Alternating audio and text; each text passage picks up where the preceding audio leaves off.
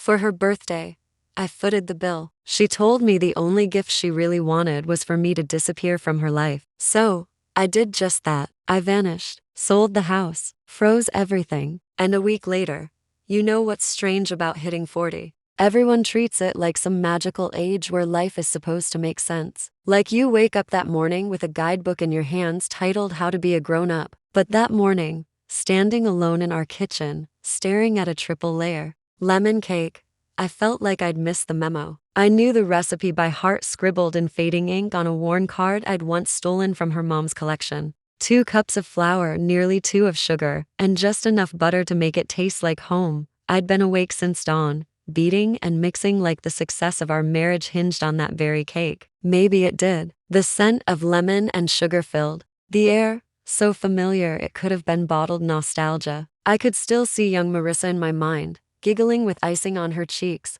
pleading for a lick of the spoon. That girl, the one who lit up my world with her smile and snuck cookie dough like it was treasure, hadn't been around in a long time. As I spread the frosting, every motion deliberate, every detail perfect, it felt like I was building a memory I hoped she'd still care about. The final cake looked like it belonged on a bakery window, each lemon slice a golden accent on top. But it wasn't just dessert. It was a peace offering, a message, a silent wish. Maybe this will mean something, I said to myself, stepping back. I'd gone all out, set the dining table like we were expecting royalty. Dug out those old paper lanterns from our honeymoon in Florence, still smelling faintly of lavender and dust. Ordered her favorite peonies, expensive as hell, and even called her college roommate Sarah, knowing how much Marissa missed her. The plan was a cozy celebration, just close friends and family. Her brother Wallace would probably show up late with some excuse. Her sister Jenny would be glued to her phone. But maybe, just maybe, Marissa would glance at me like she used to, like I mattered, like I was still her person. When the doorbell rang, my stomach twisted in that familiar knot, the one that came whenever I had to play loving husband for a crowd. I pulled on my best smile and opened the door. Jenny showed up first, kids in tow, then Sarah, all sunshine and noise, waving a pricey bottle of wine and throwing me one of those polite hugs that said she'd already chosen sides. Marissa came down the stairs looking breathtaking in that midnight blue dress I'd gifted her last Christmas, the one she said was too elegant for anywhere we ever went. Her makeup was flawless, her presence electric. She breezed through the room like she was campaigning for office, laughing, hugging, charming everyone. But when her eyes landed on me, nothing, not warmth, not even irritation, just blank. Lunch played out like a well-rehearsed farce. Wallace rolled in 40 minutes late, grumbling about dry chicken. Jenny's kids went full tornado while she scrolled Instagram. Sarah kept dragging up college tales that painted me as the buzzkill husband. And I played along, poured drinks, chatted about weather, taxes, Netflix. But my eyes kept darting to the cake, waiting for its cue. When dessert finally came, I carried it out like treasure. 3 layers of hope, with 40 candles flickering like wishes. As everyone sang, I stood behind her chair, my hands gently resting on her shoulders. For a moment, she leaned into me, and I dared to believe. Make a wish, love, I whispered. She closed her eyes, took a breath, and blew them out. Applause echoed. I bent to kiss her cheek. Then she turned to me, and for the first time in months, she really saw me. My heart stuttered. Her finger traced the edge of the plate. This is beautiful, she said. Really beautiful. I smiled like an idiot. I know how much your mom's cake meant to you. Took me 3 tries too. She cut me off. The best gift would be for you to leave my life. The words struck with the force of a truck. The room froze. Sarah's wine glass paused midair. Jenny finally looked up. Even Wallace's kids stood still. My chest turned to ice. I opened my mouth, but nothing came out. Jenny started, Marissa, but Marissa just shrugged. What? I'm being real. Real. Like honesty was some sacred act, even when it shattered someone in front of the people who once mattered most. The party unraveled fast. People mumbled awkward goodbyes. Sarah hugged Marissa but wouldn't meet my eyes. Wallace grabbed cake for the road. Jenny gave my shoulder a sympathetic squeeze like I was some tragic figure in a story she couldn't wait to exit. And then, we were alone. Marissa headed upstairs like she hadn't just detonated our life. Like the confetti on the floor and candles still smoldering on the cake didn't mean a thing. I sat there,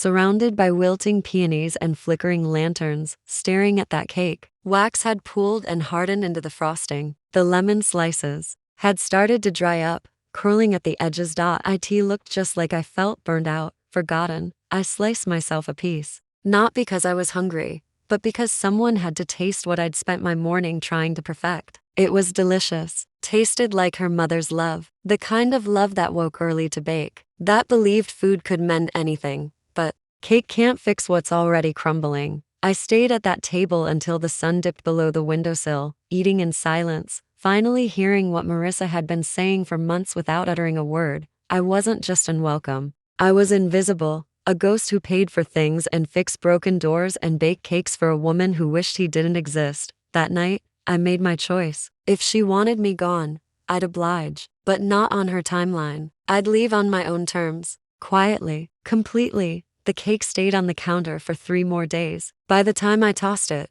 I already had one foot out the door. You don't vanish all at once. You fade slowly, painfully. One missed moment, one empty glance at a time, until you're nothing more than a shadow in the place you once called home. I should have seen it coming the moment she declared my home office was now going to be her wellness retreat. That's what she called it. Like we were living in some peaceful mountain lodge instead of a modest 3-bedroom house I'd spent years paying off. You barely even use this room, she'd said, standing in the doorway like she was inspecting a room for a makeover show. I need a space to meditate and do yoga. You know how vital my mental health is right now. Mine, evidently, wasn't part of the equation.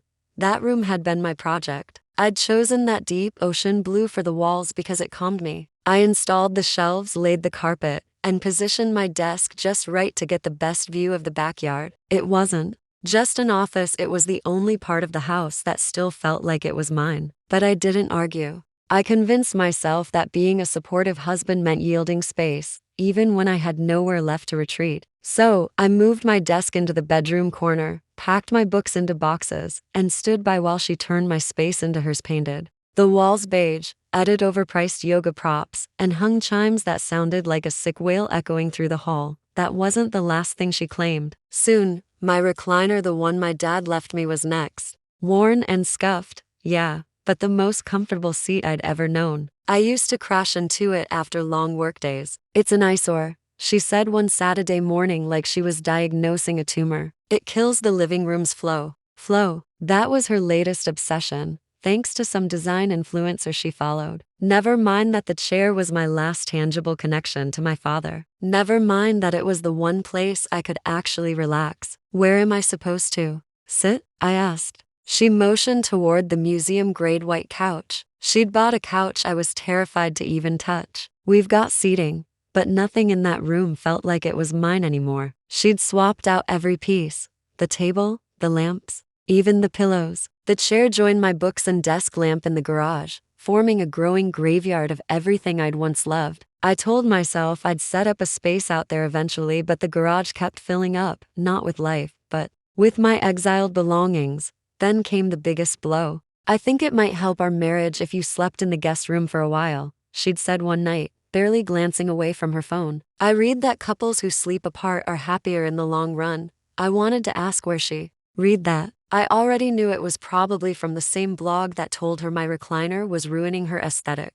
How long is a while? I asked. She just shrugged. Let's see how it goes. 8 months. That's how long I've been sleeping on that stiff mattress in the guest room. One wobbly nightstand, no closet, and barely enough room for my clothes because she'd claimed our shared closet for her expanding collection. Meanwhile, she and her mom turned our master bedroom into yet another one of her spaces. I wasn't even consulted on paint or furniture. Hell, I wasn't even welcome to hang a jacket on the door. And then there was Wallace, her brother. He'd temporarily moved into our basement after another one of his half-baked business ideas crashed and burned. 6 months later, he was still there, 35 years old, no real job, no plans, just lounging on my couch, eating my groceries, and burning through my Netflix account. I brought it up once, gently. Maybe it was time for him to get his own place? Family supports each other, she snapped. He's just going through something. His something looked a lot like mooching. He'd sit at the dinner table. I bought and criticized my cooking like some washed-up food critic. "Do we really need cloth napkins on a Tuesday night?" He'd say while poking at the chicken I'd spend an hour making. And she'd laugh, actually laugh, like his insults were comedy gold. I'd chew my food in silence, wondering how I'd become the odd man out in my own kitchen. At what point had her loyalty shifted? When had my input stopped mattering? The truth hit me slowly, like a slow leak in a boat you didn't notice until your feet were wet. Every night in that guest bed, I'd hear the house going on without me, her yoga routines in the room that used to be mine, Wallace's video games shaking the floor beneath, the dishwasher humming because I was still the only one who bothered to run it. I'd become a background character, a shadow, a tenant in the house I paid for. But what really woke me up wasn't the chair or the guest room or Wallace. It was that moment at her birthday dinner. That one cold, cutting comment, "The best gift you could give me is to leave my life," delivered with a laugh in front of everyone we knew. The silence that followed, the pitiful glances, the awkward chuckles, it was like being run over in slow motion. That moment didn't just sting, it opened my eyes. The next morning, I couldn't sleep. Past 5. My mind was stuck on replay, cycling through her face, her voice, that birthday cake sitting between us like a mockery. So, I got up early and went to the office, hoping to distract myself with numbers. Not client work this time, not quarterly reports. I opened our joint bank account, hoping for a little normalcy, something I could still understand. I needed something to make sense. Managing the money had always been my thing. Marissa never liked numbers. She said budgeting stressed her out, which really meant she didn't want to stop spending. Fine, I didn't mind. I'm good with money. I started balancing ledgers at my dad's garage when I was still in high school. Paid my way through college with side bookkeeping jobs. Numbers don't lie. They don't gaslight you. They don't twist things around. They just are. I logged in, expecting the familiar. We should have had about 12 grand in checking. I'd done the math in my head the night before. Instead, the balance staring back at me was $3,247, and my stomach did that little dip, the kind you get when you realize too late you've missed your exit on the highway. Something was wrong, and I couldn't look away. I refreshed the bank page again, hoping it was a glitch. Still there, 3,247. Something wasn't adding up. I went into the transaction log, assuming maybe a large auto payment had gone through. Maybe the insurance renewed early. Maybe the mortgage company processed a double payment. Logical things, harmless things.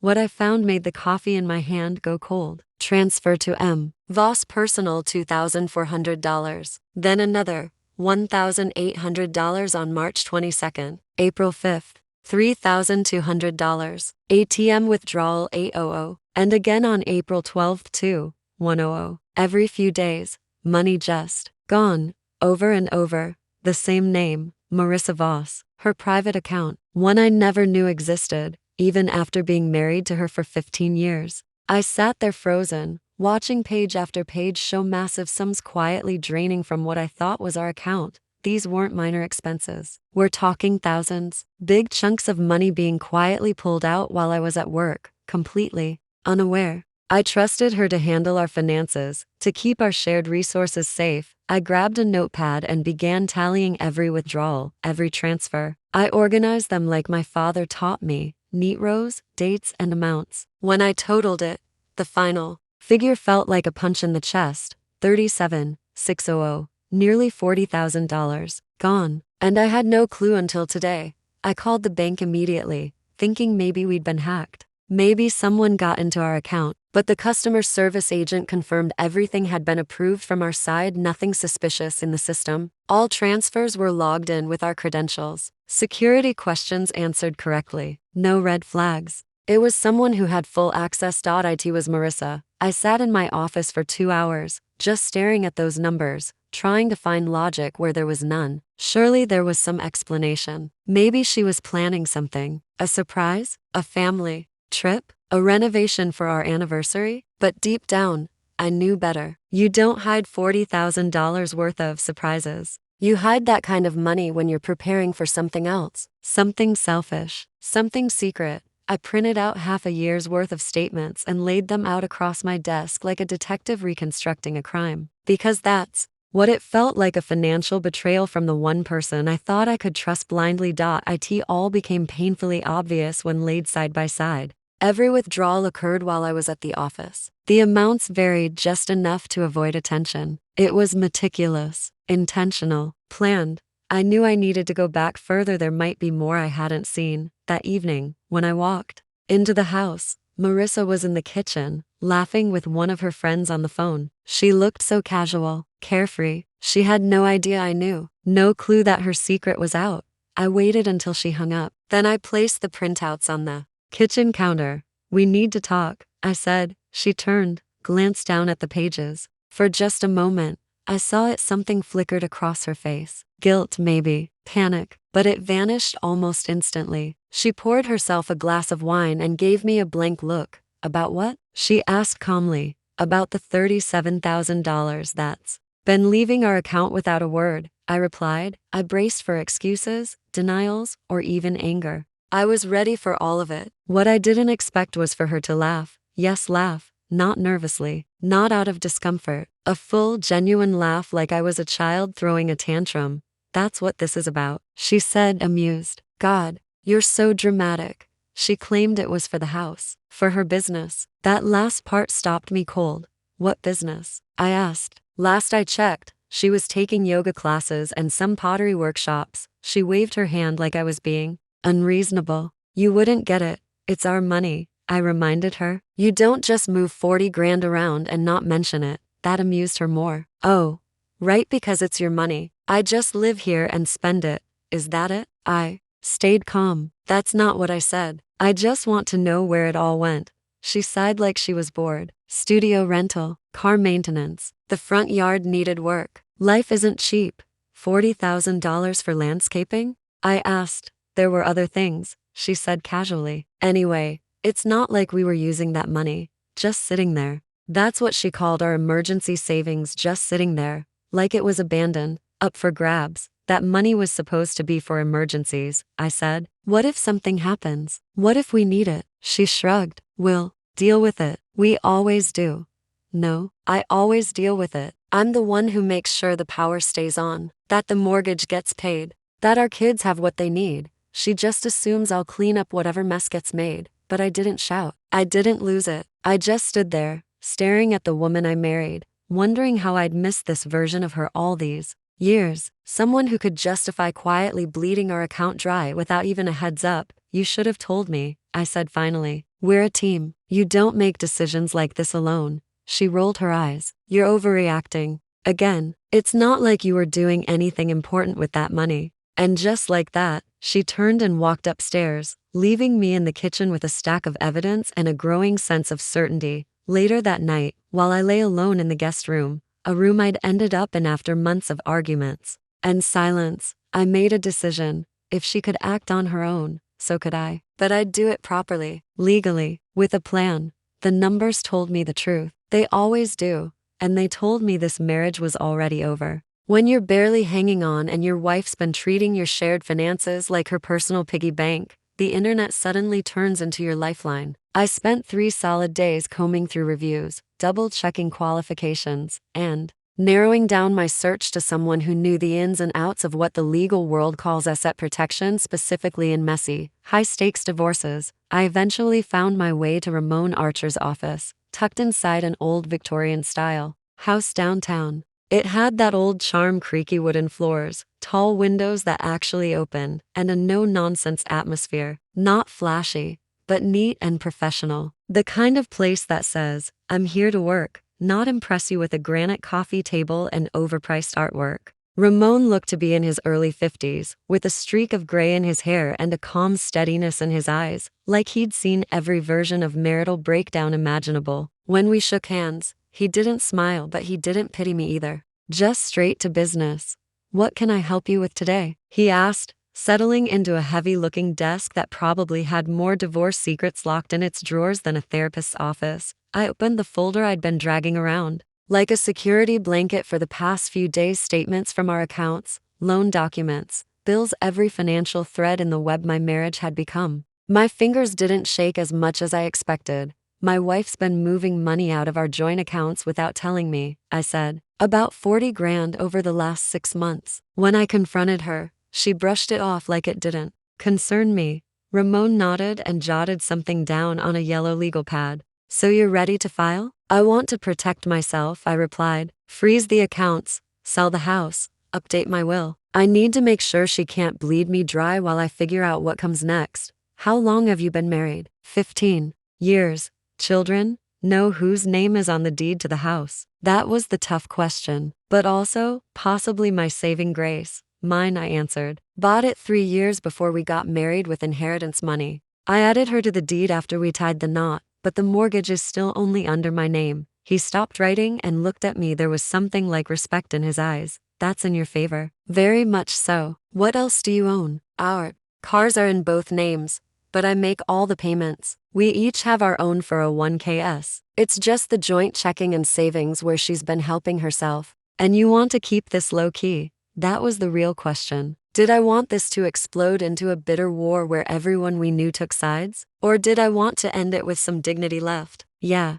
I said. No drama, no Facebook rants, no courtroom circus. I just want out, and I don't want to be left bankrupt in the process. For the first time, Ramon smiled. Then we'll proceed. What followed was a crash course in protecting yourself when your life starts falling apart. He walked me through how to legally freeze accounts, shield my personal assets, deal with selling the house, and recover funds that had been taken without permission. The upside, he said, is that if we can show those transfers weren't agreed upon, we can probably reclaim most of that money through the settlement. The downside? She's probably already got a plan of her own. What do you mean? People don't start siphoning off funds unless they're preparing for something. My guess? She's working on her own exit strategy. You might not be the only one thinking about ending this. That felt like getting hit in the gut with a steel bat. I'd been convincing myself I was taking the reins, making the tough call. But maybe she'd already checked out, long before I noticed. What should I do now? Act quickly, but intelligently, he advised. We'll file to freeze the accounts first thing tomorrow. I'll have a trusted realtor assess the house value by the end of the week. Meanwhile, start keeping a detailed record every conversation, every transaction, everything that could be useful down the road. That night, I sat on the edge of the guest bed, staring at the walls. The room had become more of a holding cell than a bedroom lately. All around me were snapshots of the life we'd built: vacations, anniversaries, parties with friends. 15 years worth of photos framed neatly on the walls, probably arranged by Marissa without even asking me. But something hit me as I looked closer. I wasn't in most of them anymore. Sure, there were a few older ones: Italy, our honeymoon, maybe a holiday gathering from years ago. But all the recent ones, just her with her friends, her with her family, her at yoga certification, as if I'd been cut out of our shared history, one picture at a time. I pulled a yellow pad from my briefcase and began to write. First, a list of everything I'd paid for the house, property taxes, monthly bills, utilities, car payments. Then a second list: everything I owned before we married. The house, my camera gear, my 401k, my vintage guitars, my father's tools. Then came the final list, the one that really mattered. Things I wanted to take back, not tangible stuff, but things that were mine and had been quietly taken from me. My peace, my voice, my right to know what was happening with our money, my right to feel like more than just a wallet in my own home. I circled the last one twice, then I added one more line underneath it: my freedom. It was about choosing my own exit on my terms. That's what this had really become. For years, Marissa had been slowly fading me out of our bedroom, out of our shared memories, out of every decision that used to belong to both of us. But if I was going to vanish, it would be deliberate. My choice, my timeline, my way. I scanned the guest room one final time, lingering on all those photos where I'd been cropped out like I never mattered. Tomorrow, Ramon would file the paperwork. The accounts would lock. The house would be listed. My will would get a fresh signature. But tonight, I was doing something I hadn't done in what felt like forever. I was going to make a move without seeking permission. No double checking, no smoothing over tensions, just a man making a decision for himself. I was taking back control. Timing means everything in battle, and this, without a doubt, had turned into one. A quiet war, camouflaged by politeness and routine, where the winner would be whoever struck first and struck smart. Marissa had been playing this game in secret for months, while I sat clueless on the sidelines. But now, I knew the stakes and I was ready to move. The timing lined up perfectly. Marissa had been hyping up her Palm Springs trip for over 2 months. She and her college girlfriends had picked some high-end spa resort where they'd spend 4 days wrapped in robes, sipping Chardonnay, and probably dissecting their marriages with surgical precision. She booked it with our joint credit card. Of course, no discussion, no heads up. Just an email confirmation that popped up in our inbox one day. I really need this, she told me, like it was a prescription she couldn't live without. The girls and I barely get any time together these days, right? Because burning through our savings and icing me out of my own home must have been absolutely exhausting. I gave her my usual response, a smile, a nod, and a tired, sounds like fun. You deserve it. What I didn't say was, so do I. But what I needed wasn't massages or mimosas. I needed out. Friday morning arrived. I stood on the driveway, watching her jam enough luggage into her BMW for what looked like an international tour. 3 suitcases, a cosmetic trunk, a duffel full of shoes, and some ridiculous memory foam pillow she insisted she couldn't sleep without. You sure you've got everything? I asked, kissing her cheek like I was checking a box. Yeah, I think so, she said, eyes glued to her phone. The flight's not till 11, but traffic's nuts on Fridays. Drive safe, I said. Text when you land. Will do. Love. You.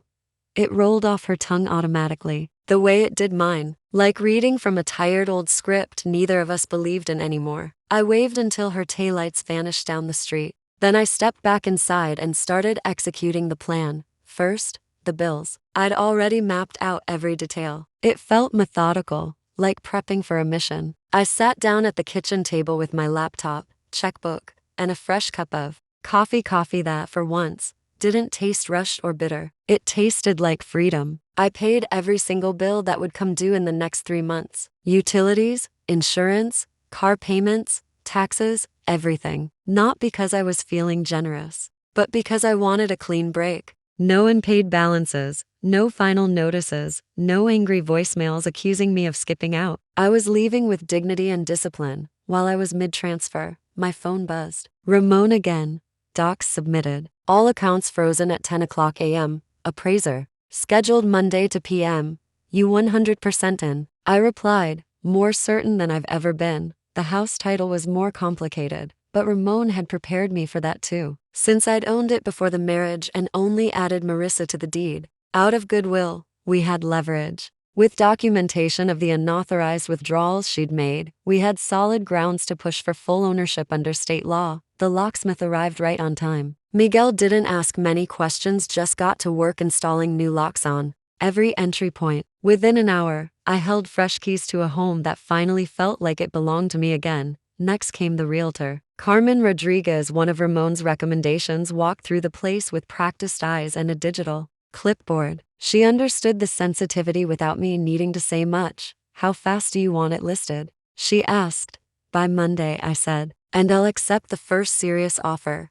No sentimental TIs? I looked around the pristine living room filled with furniture I was never allowed to use. The sleek kitchen where I'd once made a birthday cake, not knowing it would be the last real gesture I made in this marriage. The master bedroom I'd been locked out of long ago. None at all, I said, while Carmen prepped the listing. I drove to the new place I'd scouted, a modest furnished apartment across town. 1 bedroom, 1 bath, nothing fancy. But it was quiet, uncluttered, and mine. No crystals, no incense, no lecture about wellness routines, no in-laws crashing the dinner table. I signed the lease through the consulting business I'd created years ago but never truly used. Wrote a check for the deposit and first month's rent. The move itself didn't take long. Mostly because I didn't have much left to take. 15 years of marriage, and I could fit all my belongings into a few cardboard boxes. My clothes, my camera gear, my laptop, a handful of books, and my dad's old toolbox. The rest, all hers. The curated life she'd built around herself. The house, the furniture, the decorations, the matching towels, all carefully selected. None of it mine. I left it behind. She could keep her luxury pillows, her minimalist lamps, her Himalayan salt lamps, and gluten-free pantry. I was done lugging that weight. I wanted to travel light from here on out. I would. The last piece was the envelope. It had taken me 2 hours to write it. I didn't want anger to pour off the page. I didn't want bitterness to stain the ink. I wanted clarity, peace, closure. I wanted her to understand, even if she never agreed. I signed the letter, sealed it up, and placed it on the nightstand where she'd be sure to find it the moment she got back. Then I walked out the door for good. I kept it simple, just the facts, a clear outline of what I'd uncovered, what I'd done about it, and what was coming next. I attached copies of the bank statements that showed her unauthorized withdrawals, the court orders that froze our joint assets, and the divorce paperwork Ramon had drafted.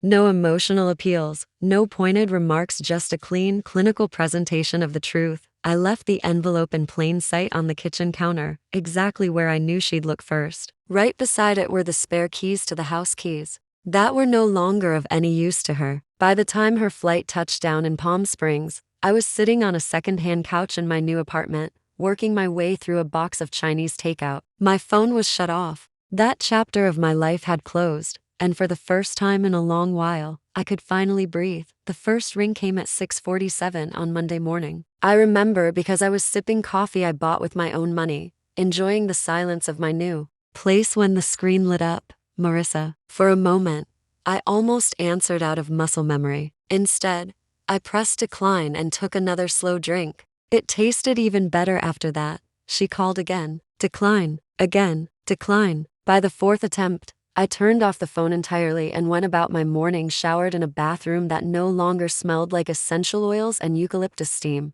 Ate breakfast at a table where I could unfold a full newspaper without knocking over some spiritual totem. I didn't turn my phone back on until noon. 17 missed calls, 11 texts, 3 voicemails, 1 from Ramon. I called him back first. Well, he answered, voice thick with amusement. She's in full panic mode. She's called the office 17 times since yesterday. My receptionist is keeping a tally.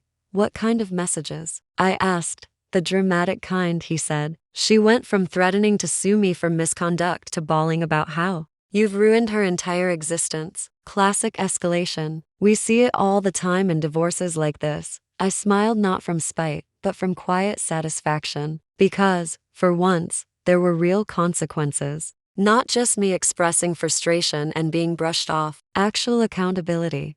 What exactly did she say? She demanded to know how you could block her from the accounts. I explained that when one party starts moving large sums without permission, the other has every right to take action to protect the assets. She didn't love that explanation. No, I imagine not. Then she pivoted. Claimed you were mentally unwell, not in a state to be making financial choices, and that the freeze needed to be reversed immediately. Ah, there it was. Marissa's go-to defense. If she couldn't win with logic, she'd discredit the person pointing out the problem, paint them as irrational, unstable, whatever it took to shift the narrative. I'd seen it before. Now she was trying it on my lawyer. How'd you handle that? I told her if she wanted to make that claim, she could bring it up with the judge. She didn't like that either. That's when the real crying started. After hanging up, I scrolled through the messages she'd sent. They read like a weekend drama in text form. Saturday, 11:43 p.m. Call me back. What did you do? Sunday, 7:22 a.m. The key doesn't work. Are you serious? 8:45 a.m. My card got declined. Fix it. 10:17 a.m. I'm at the bank. They say the accounts are frozen. Call me or I'm reporting this. 2:33 p.m. You can't do this. We need to talk like adults. 6:48 p.m. I'm staying in a hotel. I can't get inside.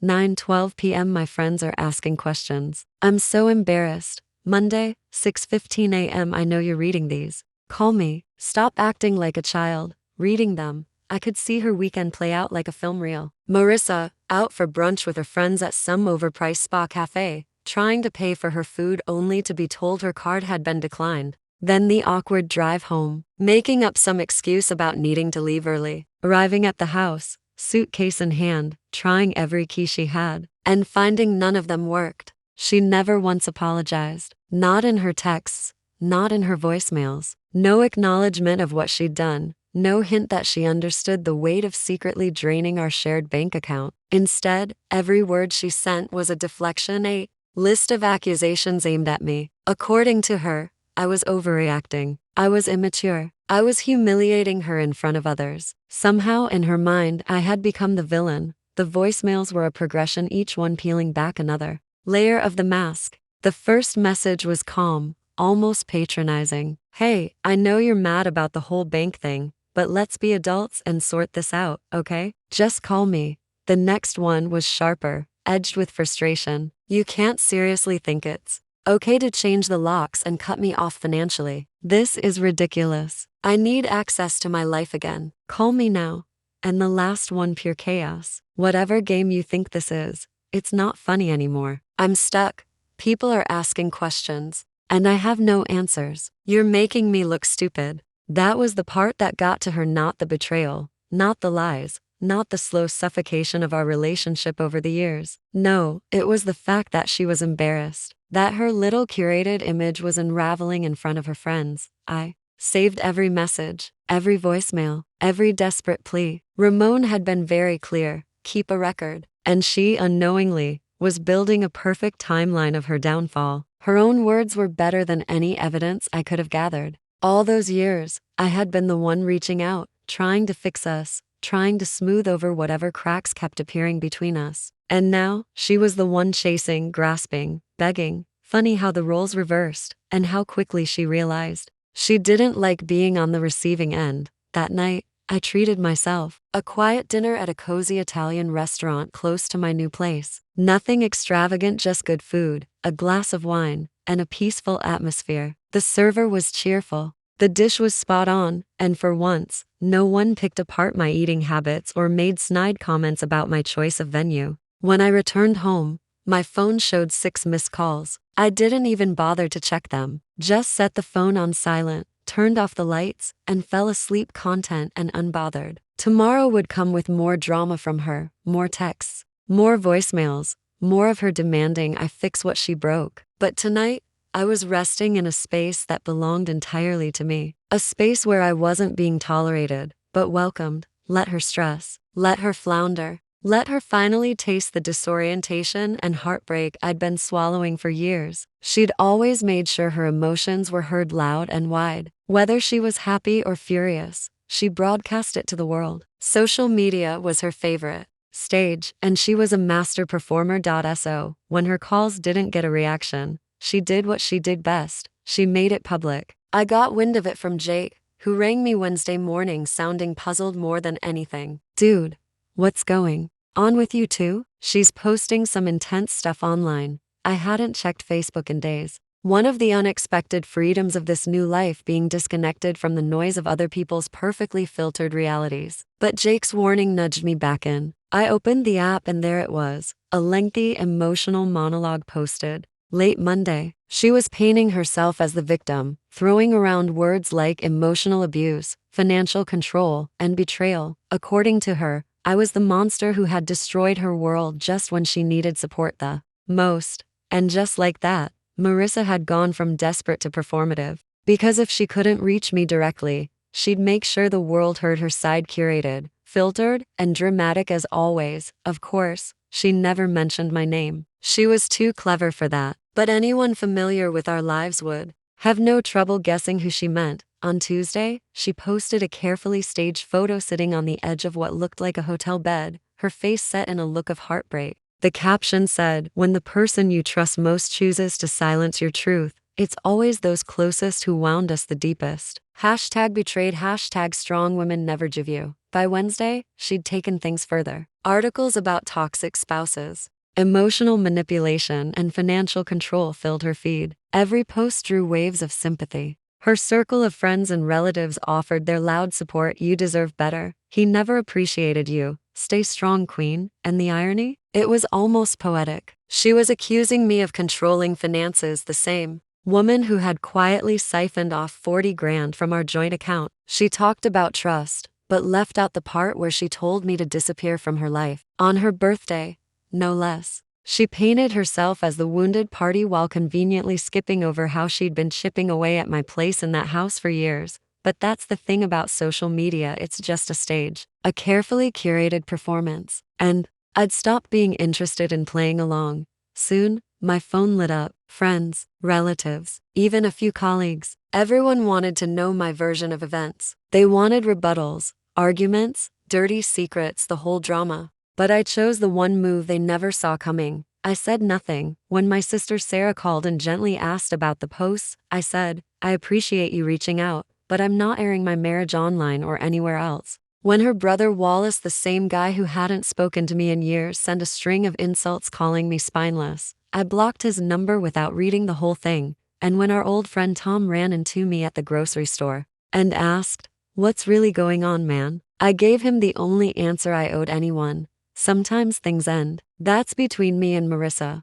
They couldn't handle the silence. They wanted a showdown. They wanted me to feed the fire she'd started. But I'd finally understood something. Not every accusation deserves a rebuttal. Not every shot fired needs to be returned. I had evidence, screenshots, account records, emails where she and her attorney brother talked about slowly pushing me out of the house, texts where she casually admitted to taking money without telling me, years worth of examples showing how I was ignored, sidelined, and turned into a stranger in my own life. But I wasn't about to plaster that all over Facebook like some vindictive trophy. The people who truly knew me, they didn't need convincing. And as for the ones who didn't, their opinions were never mine to worry about. 3 weeks into her online campaign, she shifted tactics. She got a hold of my new number, probably through her brother's web of contacts, and the calls started again. This time, though, they weren't angry or desperate. They were calm, cold, precise.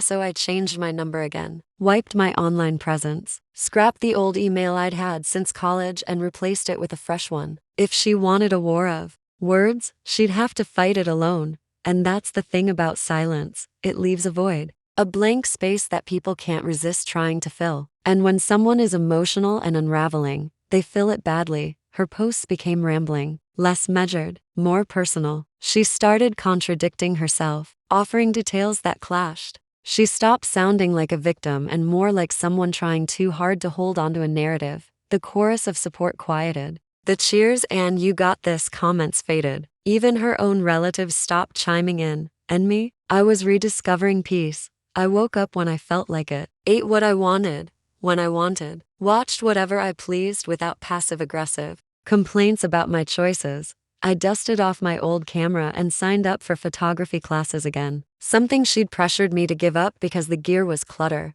I joined a weekend hiking group, got fresh air, talked to new people, even went on a few low-key dates with a woman I met at the cafe down the street. Nothing intense, just shared meals and relaxed conversations. She actually listened, really listened, and it hit me. It had been years since I'd felt her. It was strange and unfamiliar at first, this kind of stillness, this quiet rebuilding of a life. But it didn't take long before it felt like home. They didn't just nod politely, they truly listened. Every time I spoke, they weren't just waiting to reply. They were present, attentive. It was a stark change from what I'd grown used to. While Marissa was burning herself out trying to spin her version of our breakup across social media, I was building something real. A quiet, grounded existence that didn't need validation from likes or comments. She could keep her hashtags and vague posts. I had something she couldn't. Fake clarity. Solitude wasn't my escape. It was my cure. A month and a half into this new chapter, my days had settled into a rhythm that finally felt right. Up by 7, coffee brewing, followed by a short jog or some light lifting. Then I'd shower and head to the neighborhood cafe with my laptop. It wasn't fancy, but it was mine, this little bubble of routine and peace. The barista, Maria, had started memorizing my order. She had it ready the moment I walked in. That kind of simple kindness?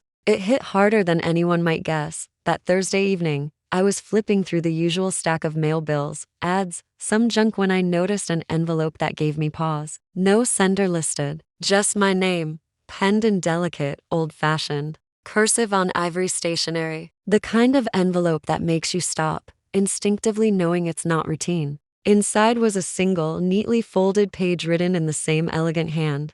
Dear Michael. It opened. I blinked twice at the signature. Linda Voss. She'd lived a few doors down from Marissa and me for years. I'd helped her now and then carried in groceries, cleared her driveway when the snow piled up, but we'd never had more than a few pleasant exchanges. Nothing deep. And yet, here was this letter. I hope you're doing all right, she'd written. I wrestled with whether to reach out, but I can't stay silent any longer. My conscience won't allow it. The words that followed hit like a blow to the chest. I saw it all, she wrote. I saw how she treated you. She recalled how Marissa would speak to me when I returned from work, her tone sharp, dismissive. How she would roll her eyes while I fixed things outside. How she made a show of correcting me in public, like I was an incompetent assistant rather than her partner. My hands trembled slightly as I read. I saw you bring her flowers just because. And how she barely even glanced at them. I saw you out there washing her car in the cold while she sat inside, complaining on the phone about something you supposedly did wrong. I saw you lugging every grocery bag while she walked ahead like you weren't even there. Linda listed moments I hadn't remembered until she put them in front of me. Tiny, everyday jabs I'd trained myself to ignore. Little indignities that had slowly chipped away at me, one quiet insult at a time. She remembered how Marissa would cut me off mid-sentence when I talked to neighbors, how she'd undermine me with a laugh or a snide comment when others were around, and suddenly, there. It was validation. Someone had been watching. Someone who didn't owe me anything had noticed the truth. It hadn't just been in my head. I wasn't crazy. I wasn't exaggerating. It was real. And finally, I wasn't alone in knowing it. It started with little things, harmless comments about the weather, offhand questions like what year we'd moved into the house. I never thought much of them. I figured they were just neighborly small talk. I wanted to speak up so many times, but I always held back, thinking it wasn't my place. Now I regret staying quiet. The letter was 2 pages long, thoughtfully written. It laid out years of quiet observation from someone who'd witnessed the decline of our marriage from across the fence. It was filled with things I believed had been private, things I'd brushed aside, excused, or rationalized because I thought that's what commitment was supposed to be. But what hit the hardest was a single line. The hardest part was watching you shrink a little more each year, she remembered. How I used to wave when I saw her outside, and how, in the later years, I would just nod quickly and head inside like I was afraid being polite might cost me something. She was right. I had diminished. In spirit, in presence, even in body. The stress had eaten away at me, inside and out. But what moved me most was the fact that someone had noticed. Someone had seen what I had endured. And she ended her letter with, "I'm proud of you for walking away." I broke down reading that. No warning, no preparation, just raw, uncontrollable sobs. The kind I hadn't let myself feel since that awful night on Marissa's birthday. That letter broke open something I'd been keeping sealed for years. For the first time in forever, I felt seen. Not the version of me I'd pretended to be. Not the smiling, agreeable husband I'd performed as for over a decade, but the person I really was, beneath all the layers of survival. I read her words 3 more times that night. Each pass made me feel a little more alive, a little more whole. 3 weeks after I got that letter, my phone rang. It was a Tuesday night p.m. I was reading in bed, something light, something I actually enjoyed without anyone nagging me about the lamp being too bright or accusing me of ignoring them. The caller ID made my stomach clench. Somehow, Marissa had gotten a hold of my new number again. I almost didn't answer. I hovered over the decline button. But some mix of curiosity, unfinished business, and quiet resolve made me press accept. "Michael," she said, her voice different, quieter, softer, missing the sharpness I'd come to expect. "Thanks for answering." I said nothing. I'd learned silence could be its own answer. I wasn't about to fill the space just to make her feel comfortable. "I know I'm probably the last person you want to hear from," she went on. "But we need to talk. I've been doing a lot of thinking, and I know I messed up. As if that phrase could possibly cover years of passive aggression, emotional withdrawal, and financial deceit. "The kids miss you," she added. That made me laugh under my breath. We didn't have kids. Then it hit me she meant her nephews. The ones who treated my living room like a playground while her brother Wallace lounged around complaining about the internet speed. "I miss you," she whispered. For a brief second, I heard a trace of the woman I married. The one who used to sneak bites of cookie dough and giggle at my dumb puns. "Can we meet? Just talk. Maybe see if there's a way back?" My heart wanted to say yes. All those years of being the fixer, the peacekeeper, the one who tried harder, it was instinct to try again. But my instincts weren't in charge anymore, because my gut remembered the cake incident. The cold look she gave me that night in front of everyone. My gut remembered her empty laughter when I confronted her about the bank transfers. My gut remembered how invisible I had become in my own home. You told me to leave, I said calmly. You said, and I quote, that the best birthday gift I could give you was to disappear. I was upset, she replied. I didn't mean it. No, you meant it. You just didn't expect me to actually go. She began to cry. Real tears, not the overly dramatic, attention-seeking kind I'd seen on her social media. I'm drowning, Michael. The mortgage is late. The bills are piling up. I don't know what to do. And just like that, the real reason for the call revealed itself. This wasn't about love. It wasn't about closure or healing. It was about money. She missed my income, my dependability, my habit of picking up the slack. She didn't want me. She wanted my help.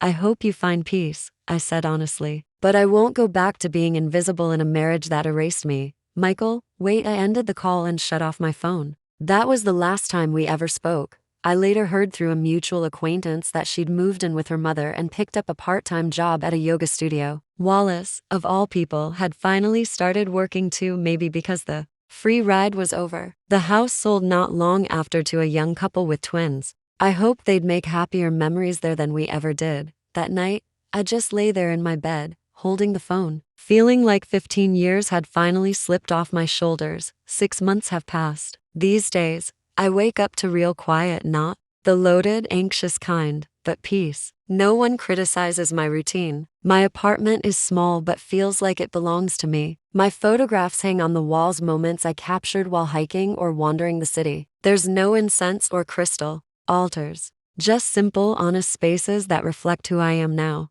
I've even picked up painting again. Watercolors mostly. They're not masterpieces, but they help settle my mind. I hadn't painted in years. There was never room for it in the redecorated house. Funny how you forget what you gave up until you get it back. The local coffee shop knows my usual. My hiking group looks forward to seeing me. I've been on a few dates with Sarah, the woman from the bookstore. Nothing serious yet, but she listens when I speak. She laughs without mocking. She asks about my day and actually waits for the answer. Last weekend, I passed a park where a father and son were sharing a birthday cupcake. The kid had frosting on his nose, beaming with joy. For a second, I remembered being that hopeful guy who believed a well-baked lemon cake could mend the cracks in a marriage. But that version of me isn't here anymore. That story is over. This new chapter is about a man who finally chose himself. I'm not wealthy. I don't have some glamorous life, but I open my eyes each morning knowing I belong in the life I've built. I don't need permission to be here.